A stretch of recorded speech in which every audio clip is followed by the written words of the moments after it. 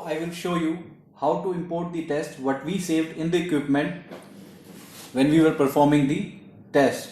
So we have given you a software CD with Ecolab. So from that you will install the Labak software in your PC. Once it is installed, you will see this type of icon what you are seeing on your screen. So I'm opening it.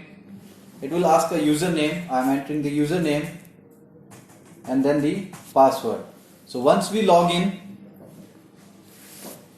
you see this type of screen on your PC. So after that, what you have to do, you have to connect the equipment Ecolab via USB to your laptop. Once you do that, after that please don't operate on your equipment and turn on the equipment. So once it is turned on, what you have to do, you have to create an archive if you want to, like I am creating OAE and I am giving it a specific name like the date, like whatever I want to do. So here the archive is created. Now what we will do, we will import the test in this archive.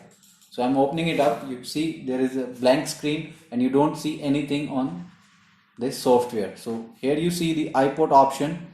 Double click on that option and you will see this type of screen on your PC.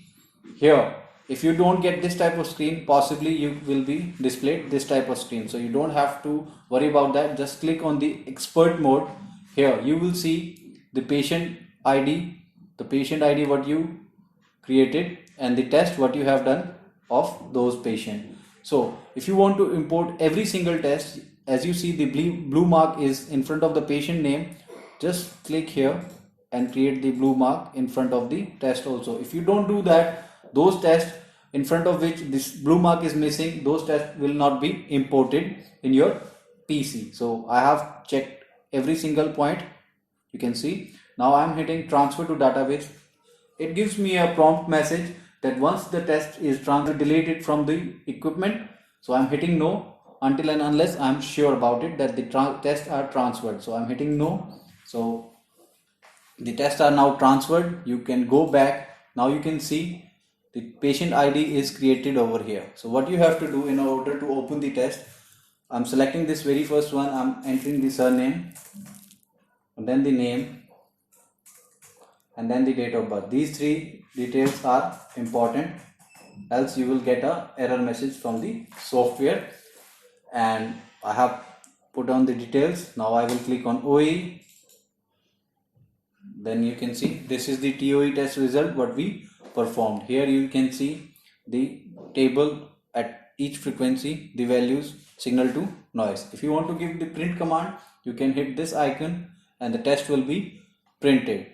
Now we will go back. I'll show you the DP OE test what we did. Here you see this is the patient test.